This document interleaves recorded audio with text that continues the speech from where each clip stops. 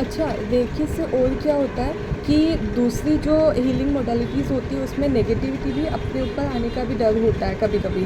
But इसमें पता है क्या होता है कि जितना हम दूसरों को हील करते हैं ना, सबसे पहले तो अपनी हीलिंग होती है, अपनी हीलिंग होके फिर सामने वाले के ऊपर एनर्जी जाती है। तो मतलब हम भी हील होते हैं, हम प्रोटेक्टेड रहते हैं और फिर सामने वाले की, दोनों की हीलिंग होती है। अच्छा, बहुत सारे के अंदर ऐसे होता है कि मतलब उसके स्पेशलिस्ट हमको बनना पड़ता है, तभी हम दूसरों का इलाज कर सकते हैं। बट रेकी में ऐसा कुछ भी नहीं, फर्स्ट लेवल वाला भी उतनी ही पावरफुली हीलिंग कर सकता है जितना एक रेकी ग्रैंड मास्टर, जितना अगर वो स्ट्रॉन्ग इंटेंशन और अच्छे से वो हीलिंग करे, बहुत अच्छी हीलिंग हो जाती है। ठीक है। अब कई बार लोग दवाई खाते हैं, उसका असर नहीं होता, या फिर कोई बहुत बार ऐसा होता है कि फिर डॉक्टर एक के ऊपर एक दवाई लिख के देता है। तो बहुत बार ऐसा होता है कि ठीक हुआ तब तो ठीक है, लेकिन अगर नहीं भी रहा तो उनको गिफ्ट के अंदर और दो चार छोटी मोटी दवाइयाँ बीमारियाँ और मिल जाती है। बट रेकी के अंदर सबसे खास बात ये, मतलब उन दवाइयों के साइड इफ़ेक्ट की वजह से, बट रेकी के अंदर सबसे अच्छी बात ये है कि अगर उसमें किसी का फ़ायदा हुआ ना, 99% की एनर्जी खाली कभी नहीं जाती। जो मेरा एक्सपीरियंस रहा है, फ़ायदा ज़रूर होता है, लेकिन अगर किसी को फ़ायदा नहीं भी हुआ तो भी 100% एक इसका साइड इफ़ेक्ट कभी भी नहीं होगा, उसमें नुकसान आपको कभी भी नहीं होगा। ठीक है। और कोई भी चीज़ में, अच्छा, किसी भी रोग को जानने के पहले उसको एक्सरे करना पड़ेगा, उसको कुछ भी मतलब उसकी डिटेल जाननी पड़ेगी सारा। बट रेकी में ऐसा कोई ज़रूरत ही नहीं है। मतलब रेकी में बस आपने हीलिंग की, मतलब ऑफकोर्स आप जाने तो ज़्यादा अच्छे से कर सकते हैं, बट अगर आपने नहीं भी जाना, ऐसे भी हीलिंग कर दी तो भी इट विल वर्क। सबसे ज़्यादा खास बात पता है क्या है कि रेकी एनर्जी लेवल पे काम करती है। बाकी जितनी भी दवाइयाँ हैं या जितनी भी मोडालिटीज़ है ना, वो ऊपरी ऊपरी तौर पे बॉडी लेवल पे काम करती है, लेकिन जो रेकी है वो एनर्जी लेवल पे काम करती है। तो अपनी जो मतलब जो mental body, emotional body, physical body, सब के ऊपर डीप लेवल तक, अपने चक्रा लेवल तक, पूरी एनर्जी लेवल पे काम करती है। तो एनर्जी लेवल पे भी जब कोई ब्लॉकेजेस होते हैं वो भी निकल जाते हैं। अच्छा, अब हम पढ़ेंगे रेकी की हिस्ट्री। रेकी की हिस्ट्री, रेकी का मतलब रेकी क्या है, कैसे आई, कहाँ से आई, उसके बारे में। ठीक है। तो वैसे तो रेकी की हिस्ट्री है कि ये बहुत पुरानी मोडालिटी है, जो हमारे शास्त्रों में, कहानियों में हम बहुत बार पढ़ते आए कि पर्टिकुलर कोई भगवान या देवता या संत ने उनको स्पर्श किया, उनका ठीक हो गया, ये सारी चीज़ें हम पढ़ते आ रहे हैं। लेकिन मेन तो है कि जब भगवान बुद्ध और ईसा मसीह के ज़माने में तो इनका इतना ज़्यादा प्रचलन था। भगवान बुद्ध इसी से अपने शिष्य वगैरह को ठीक करना और सब करते थे। ठीक है। तो मतलब तब से चल रहा है, तब से वो गुरु शिष्य परंपरा से होते हुए आ गई। लेकिन फिर ये रहस्यमय विद्या रह गई, गुरु शिष्य के अंदर रहते रहते, और फिर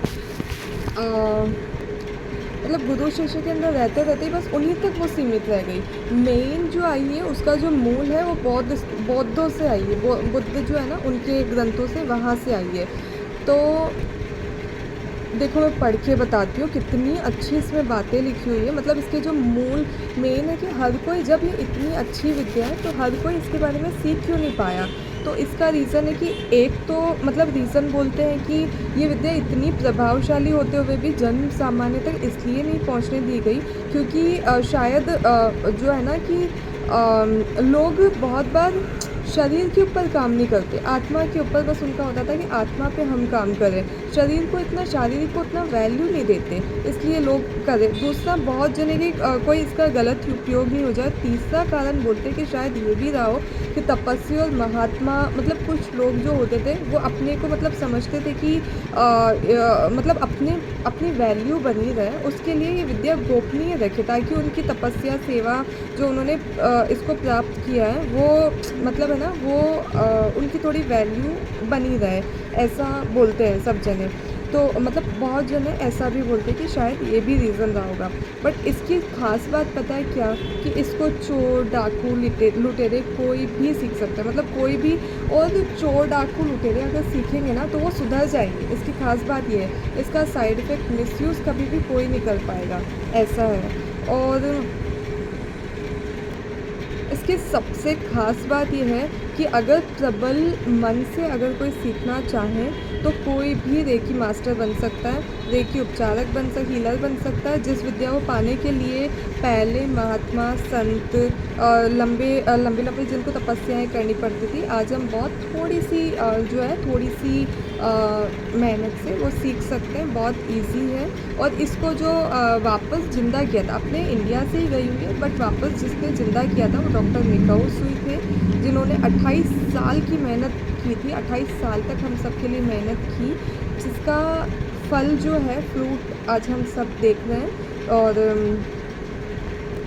उन्होंने बहुत उपवास, ध्यान सबको, अगर वो मतलब उपवास और ध्यान नहीं करते, इतनी साधना नहीं करते, इतना नहीं ढूंढते, तो शायद आज हमारे पास ये विद्या हर जो है कॉमन पर्सन के पास नहीं पहुंच सकती थी।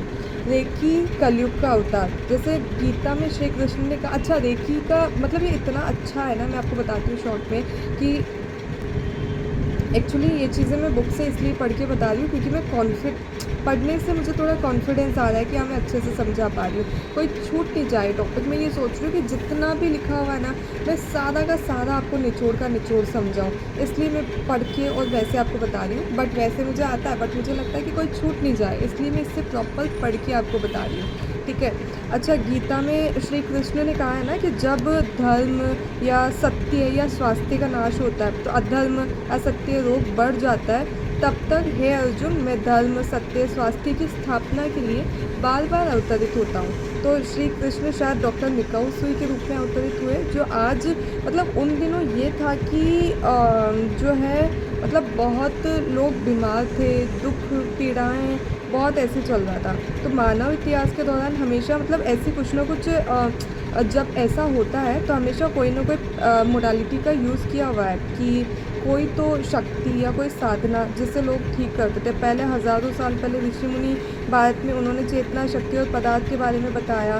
इस ज्ञान का उपयोग तन, मन, आत्मा के उत्थान और संतुलन को स्थापित करने, अपनी कंसंट्रेशन की भावना को बढ़ाने के लिए करते थे।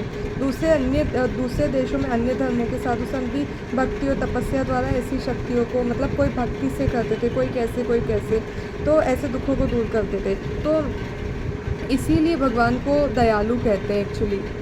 पहले ये विद्याएँ गुरु शिष्य तक थी, लेकिन टाइम जब जाता गया तो ये सारी विद्याएँ लुप्त होती गई। अच्छा, डॉक्टर मिकाओ सुई क्या हिस्ट्री है, हम थोड़ा डॉक्टर मिकाओ सुई के बारे में भी जानेंगे कि वो कौन थे, क्या करते थे उनकी।